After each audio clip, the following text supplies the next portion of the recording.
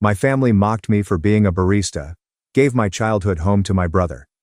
Now he's begging me a store after I built a $10 million business. Hello everyone, my name is Paul. I am 32 years old and reside in a quiet neighborhood in Portland, Oregon. My best friend Brian and I currently run 21 coffee shops in 5 states. We began this endeavor 5 years ago with a little rented apartment and nothing but our savings. No loans, no assistance from family. Even though I now have a secure career, a nice income, and a home worth about $600,000, I prefer to live quietly. Unlike many others, I avoid discussing my accomplishments. That choice is based on an event that occurred 7 years ago. Back then, in a state of pride, I tried too hard to prove myself and said too much at the wrong time. My father and younger brother made me pay for it. Since that day, I vowed to myself that no matter how far I went, or how successful I became, I would never brag about my accomplishments, especially in front of my family. But last Christmas, I breached my promise. I slipped and spoke one line that was innocent at the time, but that was all they needed. The exact people who formerly looked down on me now have the opportunity to tear me down in front of everyone. Aunt Ingrid called me in early December of last year, just as the Christmas joy had spread to every street corner. I hadn't heard her voice for 7 years. After a few cautious greetings, she requested if I might come home with the entire family for this year's Christmas gathering. I remained mute for a long time at that point, ready to say no like I had so many times before. But before I could say anything, she kindly continued, "Everyone misses you." I could not respond immediately, but that night I was unable to sleep. I wasn't sure if they truly missed me or if they only missed the previous version of me, the one who was weak. Perhaps it was curiosity. Perhaps a part of me still wanted to believe in something positive. Regardless, I chose to return. On Christmas Day, over 2 hours after driving from Portland to Salem, I arrived in front of her house at 11 a.m. While I was looking for a parking spot, a familiar voice screamed out from behind me on the right, loud enough to be heard throughout the yard. "7 years and you're still driving that thing? Looks like nothing's changed."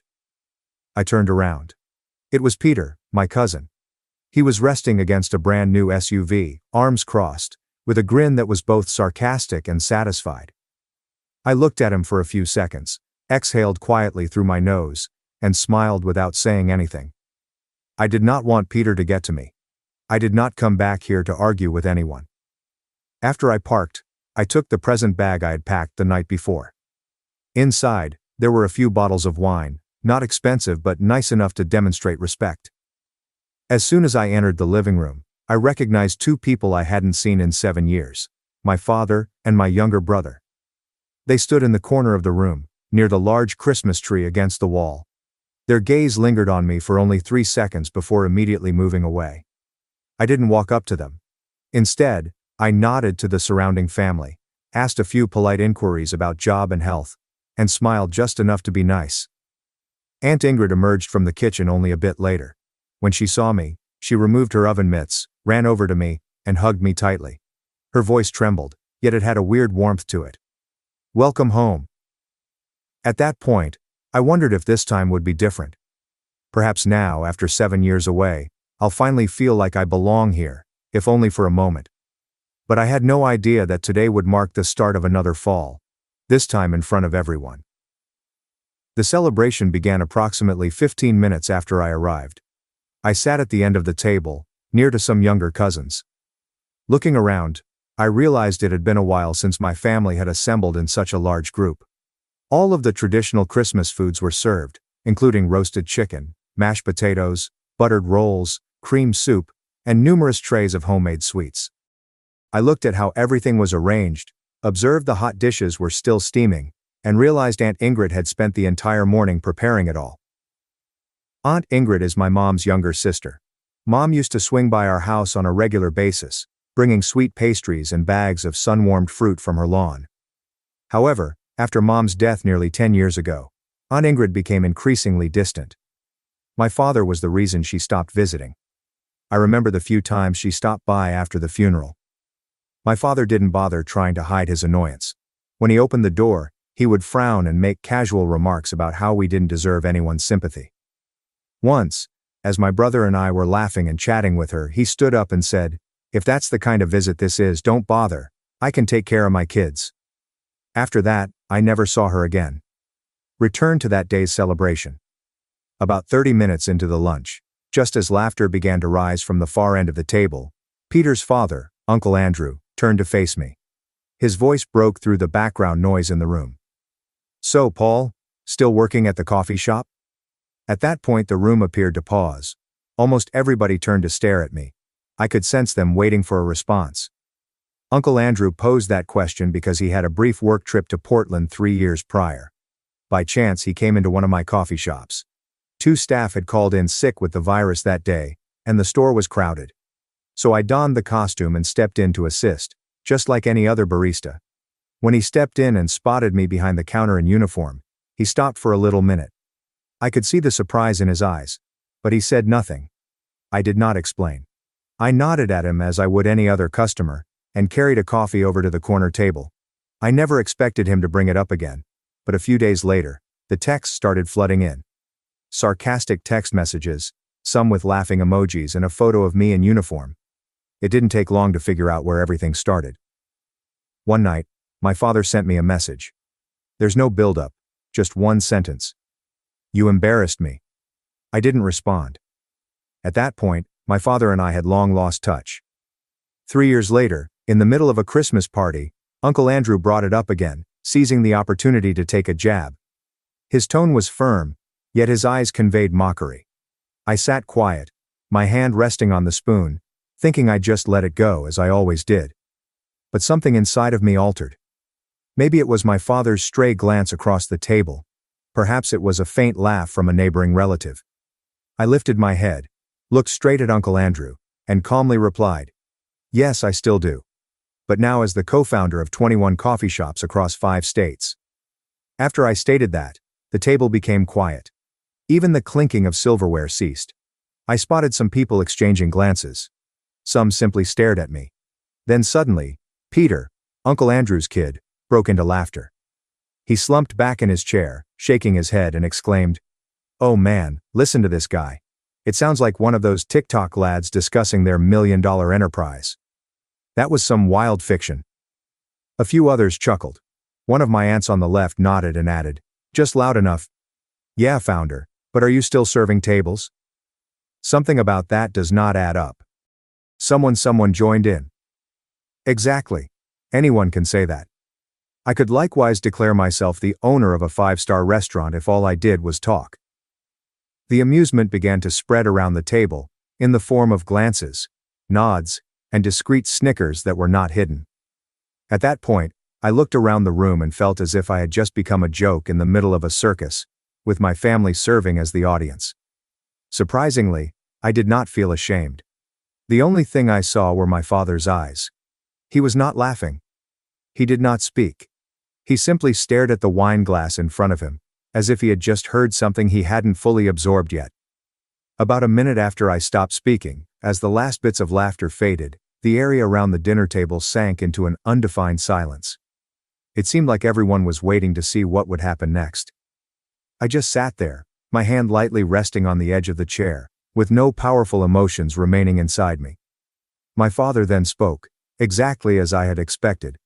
His speech was low, quiet, and carefully controlled. "You are embarrassing me. Who do you think you are, claiming to run 21 coffee shops? Would you keep driving that old automobile if you were that successful?" After those remarks, I turned to face him. His face was flushed scarlet, and his gaze was unwaveringly fixed on me. The tension at the table was so intense that it felt frozen in the air. A few seconds later, my younger brother Brody spoke from across the table. This time his voice was louder and sharper. "You are always like this. Always trying too hard to stick out. Working in a coffee shop, getting caught in uniform, and still acting like you're unique." After hearing everything, I didn't say anything. I only raised one brow slightly and took a slow, deep inhale. I heard my father's wine glass slam into the table. The sound was loud enough to draw everyone's attention back. The next minute, he sprang up, gazing at me as if he had discovered something filthy in his home. He yelled, "Get out of here, and never show your face to this family again. You are a disgrace." That was when I realized I didn't have a reason to stay. Not because I was hurt, but because I finally saw things clearly. The folks who once called me family were merely waiting for an opportunity to kick me out again. This time they did it publicly and without compassion. Just as I slid my chair back to stand, a distinct and powerful voice came from the head of the table. "That is enough, Caleb. You should leave this party, not Paul. Remember, this is my house. You are a guest, and you have no right to kick someone out of my home." The whole room froze. The voice came from Aunt Ingrid, which surprised everyone. Her tone was not loud, but it was piercing enough to cause the entire table to stop breathing for a few seconds. She gazed at my father, her eyes devoid of their customary tenderness. She wasn't upset, but the way she stood up, kept her back straight, and delivered each phrase made the room feel heavier than any raised voice could. She then turned to Uncle Andrew. Her voice remained steady, but she did not hold back this time. "Andrew, I hope this is the last time you mock someone in my house. The same goes for Peter. Teach your son some respect." Peter looked down at the table, and Uncle Andrew murmured under his breath, I'm sorry, Ingrid." His apologies were so low that only those nearest could hear them. I was not startled by Aunt Ingrid's statements. I knew she could see everything. She simply chose not to interfere. But tonight, she stood up for me, right there at the table, in front of everyone who had for years treated me like an outcast. She turned back to face me. Her gaze softened, and her voice sank, steady but warm. "Stay, Paul. As long as I'm here, no one will push you around." At that point, I could hear the protection in her voice. I nodded slightly, glanced at her and said, "Thank you, Auntie. But I have something at the shop I need to take care of." That line was simply an excuse to depart, and I knew she understood. But instead of trying to stop me with words, she simply sighed and murmured, "Then wait a moment for me." About 10 minutes later, as I buttoned up my coat and went onto the front porch, she returned with a nicely prepared bag of food. She placed it in my hands, looked at me, and said nothing. At that moment I felt a sting rise in the bridge of my nose. Not out of sadness, nor out of appreciation. It was the quiet anguish of knowing that after all these years, someone in my family still cared enough not to let me leave empty-handed. About 2 hours later, I arrived at a familiar Portland location. Everything was as it had always been. The sound of grinders buzzing, the aroma of freshly brewed coffee in the air, and mellow jazz playing from the ceiling speakers. As I stepped in, a couple staff members behind the desk nodded quickly at me. I returned it with a little nod, and the same familiar smile I'd worn every day for the past 5 years, even on the toughest days. When I approached the bar, Luca, who was at the time operating the machine, stood aside without saying anything. He did not require me to say anything. Luca, like every other barista in our stores, knew I like making my own coffee, especially at the end of the day, or after something that had left my head racing. About 10 minutes later, I returned my cup to my customary location by the window. It was private enough yet close enough to see the full cafe. I sat down, placed the cup on the table, and leaned back in my chair, as if I had returned to the safest place I knew. After the first few swallows, the beans' mild bitterness and hint of acidity began to re-energize my body. My head began to clear. But when I looked through the enormous glass pane, I realized I remembered what happened 7 years ago. Not because I wanted to, but after what happened this afternoon, that memory seemed jolted back into the present, sharp, vivid, and still holding that familiar hurt someplace deep in my chest. 7 years ago, on a Sunday afternoon, I had just returned home from work when I noticed my father sitting in the living room with a newspaper barely past the second page. He beckoned me over and said he needed to talk about something. His tone was calm, as if he were about to discuss something utterly ordinary. I pulled out a chair and sat across from him. My younger brother was also present, seated in the corner of the table with his headphones on, but I noticed him peek over when our father began speaking. My father looked me directly in the eyes and said, "I intend to leave this house to your brother. He needs a stable place to start after graduation." I sat still for a few seconds. The line was brief, yet it struck me in a manner I couldn't articulate. I asked him again, this time with a low yet clear voice. "What about me?" He answered without looking at me and without hesitation. "You already have a job. You make good money. You can take care of yourself.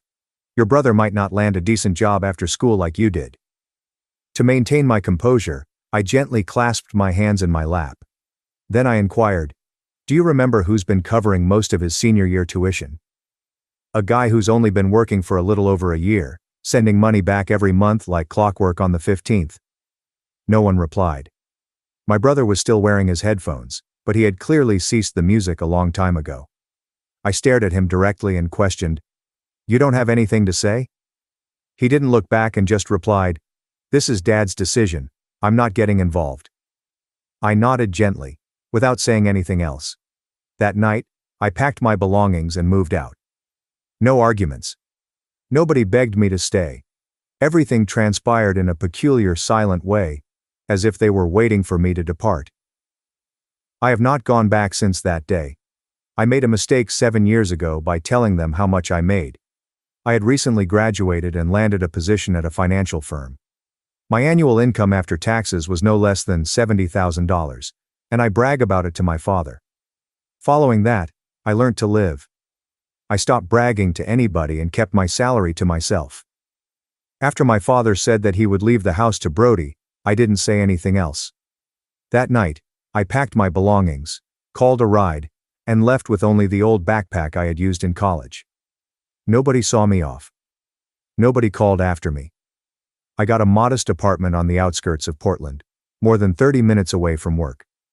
It wasn't particularly large or fancy, but it was clean and quiet enough for me to start anew. At the time, I wasn't making a tiny wage. Working in finance, I earned more than $70,000 a year after taxes. That was more than enough to cover my basic needs. But when I left home, I decided to live modestly. Not because I had to, but because I wanted to experience what it was like to be completely in control again. I wanted to know exactly where every dime went, and prove that I could stand alone without relying on anyone. I cooked my own meals, made a budget, and set aside a predetermined amount each month. Do not buy a house, or a new car. I merely wanted a cushion in case I decided to start my own business someday. Then, 2 years later, on a Friday evening, Brian, my best friend from college, invited me to meet at a little coffee shop. He produced a draft of a business plan, and stated that he intended to operate his own cafe. It's just a small space with real quality, not another cookie-cutter franchise. He asked if I wanted to start it together. At first I hesitated, but when I looked into Brian's eyes and realized how dedicated he was, I knew if I didn't take the leap, I'd regret it for the rest of my life. After deciding to join him, I withdrew all of my funds from the previous 2 years, and we launched our first cafe. We named it Elm and Cedar. It was situated on a quiet corner of Alberta Street in Portland. The early days were really challenging. We made our own shelving, painted the walls, rented second-hand machinery, and took turns running the shop from daylight until night. Some days it rained non-stop and we only sold 3 glasses. Some days the espresso machine broke at peak hour. We were aching all over from the night, but we still had to go through the books line by line, down to each receipt. Then the regulars started showing up.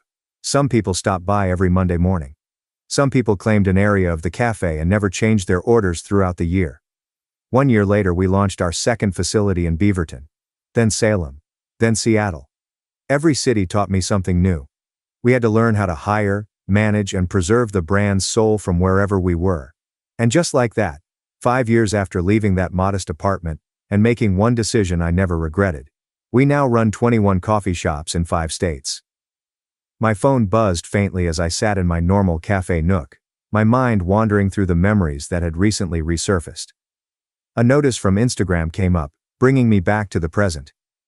I opened it out of habit, assuming I'd scroll past it and exit the app. But a few new comments on a piece from months ago gave me pause. It was a snapshot of a coffee with the simple caption, "Slow morning." I hadn't given it much attention when I posted it, but now unexpected names had made comments that I couldn't understand. Someone questioned if I still brag about my coffee shop franchise. Another ridiculed, "Still hand-making drinks with 21 stores? What a humble CEO." I read a few words and then went silent. I felt a peculiar tightening in my chest. Just then, Luca, the barista on duty, approached me. He gently pulled out his phone and said with concern, "You should see this. I think you need to know." I grabbed the phone immediately away. A newly posted video from a group called Family Drama appeared on the screen. The first image froze me. During today's lunch party, Aunt Ingrid hosted it in her living room. The footage had been cut down. It only maintained the portion where I stated that I co-founded 21 coffee shops. Following that, there was a surge of laughing, mocking remarks from my relatives, and my father screamed, "Get out of here and don't ever show your face again. You're wrecking disgrace." Then I looked at the title. It was bold and apparent at the top of the post. Paul Hart claims to run 21 coffee shops and gets tossed out for lying. As I scrolled down, the view count increased rapidly. So were the remarks. The majority came from people I had never met, but they wrote as if they knew exactly who I was. I handed back the phone to Luca. At the time I didn't feel sorry. I had a very familiar feeling. When individuals don't know the full story, they tend to believe the loudest part. And 20 minutes later, I had to close all of my social media accounts. I didn't want to argue with strangers who had too much time on their hands. At that time, I decided staying silent was the best option. My phone rang shortly after I locked down all of my social media accounts. It was Brian. I had barely set down my coffee cup when his name appeared on the screen. I responded. His voice rang out almost instantaneously, rapid and urgent. "Did you hear about what people are saying about you?" I responded right quickly, my tone calm. "Yeah, I saw it." There was a pause at the other end. Brian spoke again, this time with obvious amazement. "You saw it and you're still this calm?" I took a slow breath and answered, "What do you want me to do? Give it a few days. This will blow over." Brian's voice broke through with fury, which he didn't try to suppress. "I swear, man, you drive me crazy sometimes." Before I could say anything else, he hung up. I did not blame Brian. I understood exactly why he was unhappy. This wasn't the first time he'd gotten upset about how quiet I might be and how I let things go that he thought warranted a reaction. But I am not like him. Not every situation requires a reaction from me. Sometimes silence is the only way I know to preserve the tranquility I have left. My phone buzzed softly on the counter the next morning while I was preparing breakfast in the kitchen. It was a message from Brian. I opened it right quickly. It was short, like his other texts, with only one line. "I took care of it for you." A link was provided just below. It led directly to the Family Drama group, which had shared the edited video of me the day before. I tapped the link. A new video had just been uploaded less than 20 minutes ago. Brian was the person in the video. He was sitting in one of our coffee cafes, with the brand logo visible behind him. The video has no fancy editing or effects. It was merely a phone recording, but his voice was solid and direct. In the video he stated, his name is Paul Hart. He co-founded a chain of 21 coffee shops currently operating in 5 states. This is the business license. These are photos of the stores we built together over the last 5 years. This is an interview we did that was published in a national coffee industry magazine last year. He held each paper up to the camera. Every image, number, and phrase were well written out. At the end of the video, Brian looked directly at the camera. His voice slowed, and each syllable came through clearly and forcefully. He doesn't owe anyone an explanation. But I think it's time people heard the truth. After finishing the video, I sat and stared at the screen. Not because I was emotional, but because I knew Brian would never have made that film or shared it publicly unless he was upset on my behalf. Following that, I sent him a message. "Thank you for everything you did." After texting Brian, I returned to the video. I looked over the comments underneath it. Within 30 minutes, the post had received thousands of views and shares. There were no loud chuckles or insulting nicknames this time, unlike the day before. However, this did not imply that everyone supported me. Some individuals spoke up for me and said simply and directly, "Editing a video just to humiliate someone is one of the lowest things a family member can do." Someone else wrote, "I don't know this guy, but his friend showed paperwork in a published interview. That seems legit to me." However, a few tales raised questions. Why stay silent yesterday and only come out with proof now? Feels a little too convenient. Another person responded, "Sure, the facts are there, but the way he talked at the party did feel a bit arrogant." Reading those comments did not surprise me. I knew social media wasn't the place to settle truths and lies. It just makes one thing clear. Who controls the tale? Then, in the days that followed, I returned to my normal schedule. I still had the practice of unexpectedly visiting one of our coffee shops, waiting near the bar for a few minutes, asking a question or two, and then quietly leaving. I have been doing this for the past 5 years. Nothing had changed. I believed the storm had passed. But exactly 1 week later, it reappeared. This time, it was from the people I least wanted to see: my father and brother. I still remember it vividly. It was Tuesday, around 9 a.m. I was reviewing the payroll sheet when my phone rang. My father's name was shown on TV. I didn't hesitate. I hit decline right away. In less than a minute, a message arrived. "Your dad and Brody are waiting at the Portland store. If you don't show up, I'll keep coming back." I stared at the message. I wasn't surprised, but instead of avoiding them, I chose to go. Not to chat, but to hear what they wanted. After 30 minutes, I arrived at the cafe. When I stepped in, they were already sitting in the rear left corner, the shop's most quiet place. When they spotted me, they stood up immediately. Their faces appeared tight and uneasy. The first thing my father said was, "I'm sorry about the other day." Brody swiftly nodded and said, "Me too. I'm sorry." I addressed them directly and responded with a single sentence. "Say what you came to say." I did not need to ask twice. Brody jumped right in. His voice was flat and without emotion. "We're still family. Can you give me and Dad 10% of the company? Or if not that, maybe transfer one store to each of us. You know how it is. Dad's getting old, and my job doesn't pay well." I did not answer immediately. 5 minutes had gone before I looked up. I peered directly into their eyes and stated only one thing: "Go home and wait to hear from my lawyer." I could see a difference in their expressions as soon as I said those words. My father reclined back in his chair. Brody glanced at me in disbelief, and almost relieved. They believed I had agreed. They assumed paperwork was on its way. They had no idea, however, that what they were about to receive would stun them more than anything they had expected. Right after they left the coffee shop, I contacted Eric, the legal counsel for the coffee business Brian and I co-owned. I explained exactly what had transpired. There are no extra words, no detours. When I finished describing, Eric's voice was steady and firm on the other end. "Leave it to me. I know what to do. It'll be done in 2 days." I didn't ask anything else. I knew him well. When Eric mentioned 2 days, he did not mean 2.5. He meant not a minute late. And he was correct. 2 days later, early in the morning, my phone called again.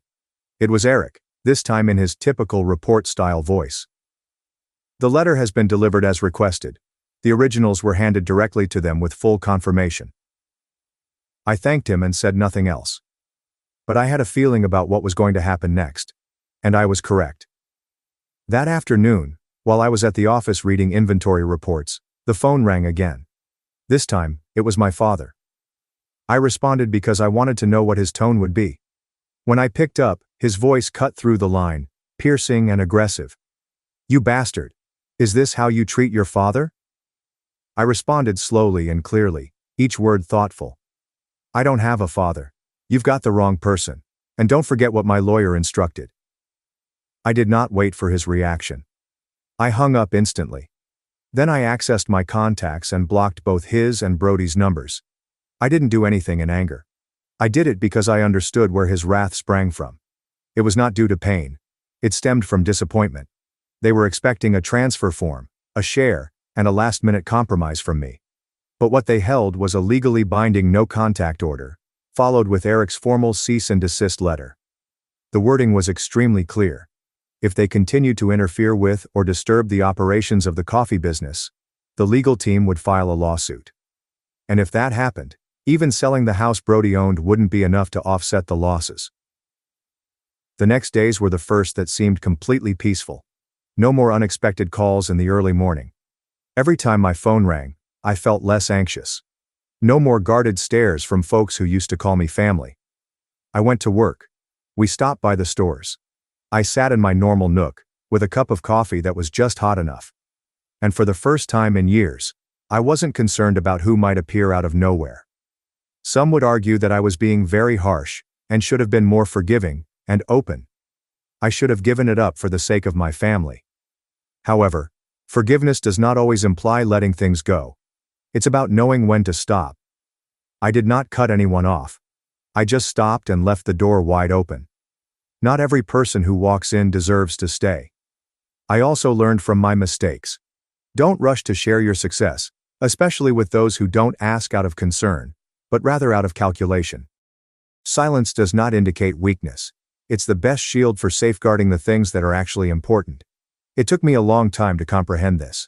Controlling everything does not provide peace. It occurs when you finally stop allowing the wrong things into your life. And before I conclude today's narrative, I'd like to leave you with a question. This one's for you, the listener who stuck with me till the end. What would you have done if you were in my place at Aunt Ingrid's Christmas dinner, surrounded by relatives hurling barbs and disparaging comments, and everyone looked at you as if you were nothing more than someone with a regular job? Would you have stepped up, like I did, and spoken the truth? That you are the co-founder of 21 coffee shops, allowing the facts to speak for themselves? Or would you have remained silent, endured the derision, and retained the peace you fought so hard to preserve all these years? Thanks for watching and diving into this wild family drama with me. If you love Reddit family drama, don't forget to subscribe and turn on notifications so you never miss the next one.